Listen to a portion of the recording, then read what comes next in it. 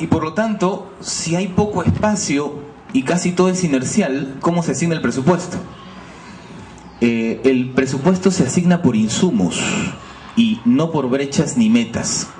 Por ejemplo, si nosotros cogemos el presupuesto de educación secundaria y hacemos una corrida entre cuánta plata se asigna por cada departamento y la planilla de educación, vemos que el ajuste es casi 1.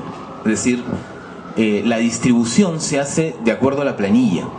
Si hacemos una corrida entre la plata distribuida en cada departamento con respecto, por ejemplo, a la brecha, es decir, cuál es la población que no sabe leer ni escribir o no va al colegio, la relación baja constantemente. Es decir, poco porcentaje de la forma como se asigna el presupuesto se utiliza como criterio la brecha la brecha educativa, es decir, el saber leer, escribir o la escolaridad. Imagínense menos aún si es que si hacemos una corrida entre la asignación con el logro educativo. Por ejemplo, la comprensión lectora y la comprensión o el razonamiento matemático. La relación va a ser muchísimo más desproporcional. En ese sentido, no hay la asignación del presupuesto es por insumo, dado que es inercial, y no hay espacio para asignarla por brechas o por metas. Alguien me dirá, bueno, ¿qué pasa con el presupuesto por resultados? El presupuesto por resultados no es más del 6% del presupuesto total, en principio.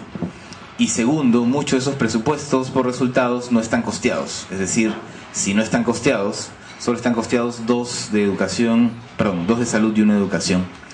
Si no están costeados, yo no sé cuál es la relación plata-logros o plata-objetivos. Y por lo tanto, ¿cómo puedo exigir objetivos si no sé cuánto me cuestan ellos, ¿no?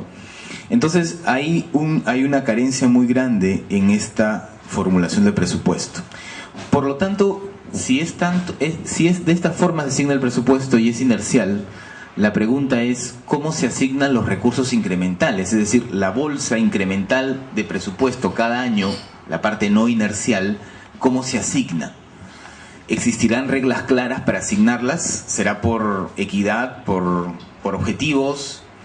Lo que hemos visto desde Propuesta Ciudadana y desde el Grupo Nacional de Presupuesto es que no hay reglas ni transparentes ni técnicas para distribuirlas. Igualito, podemos hacer una serie de corridas entre incrementos de fondos de inversión, de gasto corriente, en salud, educación, y no hay relación entre ello y las necesidades y las brechas. Por lo tanto, estamos ante una forma de presupuestar que es discrecional, es decir, no tiene estandarizado la forma técnica y transparente, o por lo menos los objetivos claros y los criterios, para quitarle la palabra técnico, en el cual sea previsible la asignación de presupuesto. Por lo tanto, queda discreción. Cada año es una pelea muy fuerte entre sectores, entre gerencias de presupuesto, de ministerios, de unidades ejecutoras, de gobiernos regionales, de municipios, con los sectoristas del MEF. Porque una vez dado el piso, que es el PIA que que es lo que el MEF define a la hora de hacer el presupuesto, el incremental, que es el inercial, ¿no? El incremental, al no haber una regla clara, es una especie de puja política, ¿no? Donde no hay criterios más o menos claros de asignación. Evidentemente podrían haber algunos espacios donde esto se haga con mayores criterios. Lo que estoy dando es una visión global donde en general eso no se da. Por lo tanto, al ser discrecional, vemos que en el presupuesto la discrecionalidad, al no haber reglas claras, me genera 2 resultados. Primero, es inequitativo, es decir, no hay una relación entre asignación de presupuesto y necesidades, por lo tanto es un presupuesto que no cumple el rol redistributivo en general que debe tener el Estado. Y segundo, tiene baja predictibilidad. Es muy difícil predecir para cualquier pliego, para cualquier unidad ejecutora, cuánto va a ser su presupuesto para el próximo año. están, digamos, cuando uno está en marzo, abril, mayo del 2010, uno no tiene la menor idea cuál va a ser su porcentaje el próximo año. No se puede hacer planes multianuales de inversiones, no se pueden hacer políticas de largo plazo, porque el presupuesto todo empieza en enero y termina en diciembre, todo revierte, excepto el canon, ¿no? Y el Fondo Común, y por lo tanto no es y puede estar sujeto a vaivenes y decisiones de política del MEF, por lo tanto se hace poco predecible, ¿no? El objetivo es ajustar el gasto, cada año hago un saldo de balance, muchos de los recursos se revierten y por lo tanto hay poco espacio para hacer planes de largo plazo porque hay baja predictibilidad. Y otro elemento importante también es que se vuelve un instrumento poco transparente a la hora de su debate, ¿no? Poco transparente en principio para los mismos pliegos, que al tener una relación directa y única con el Viceministerio de Hacienda, no saben qué está pasando en su región, en su municipio, y por lo tanto le es difícil negociar o interactuar con el MEF desde una perspectiva de desarrollo. Hay lo que se llama asimetría de información, que dificulta el diálogo intergubernamental y dificulta un presupuesto, una visión más holística o integral. Y también es poco transparente para la sociedad civil.